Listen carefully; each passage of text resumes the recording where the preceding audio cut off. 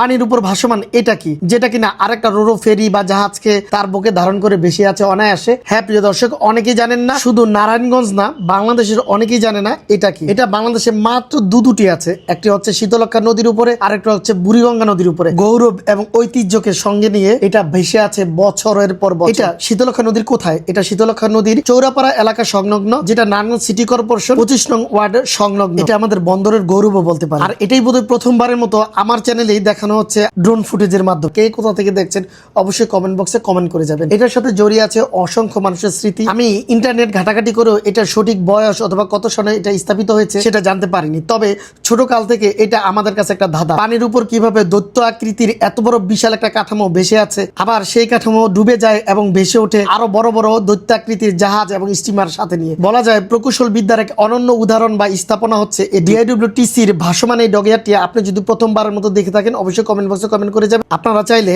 এটা নিয়ে আরো বিস্তারিত একটা ভিডিও হতে পারে। আর এই বিস্তারিত ভিডিওটি পেতে হলে অবশ্যই টাইম জেনে সমঝোতার সাথে থাকতে হবে। বেশি বেশি শেয়ার দিয়ে টাইমলাইনে রেখে দিতে পারেন।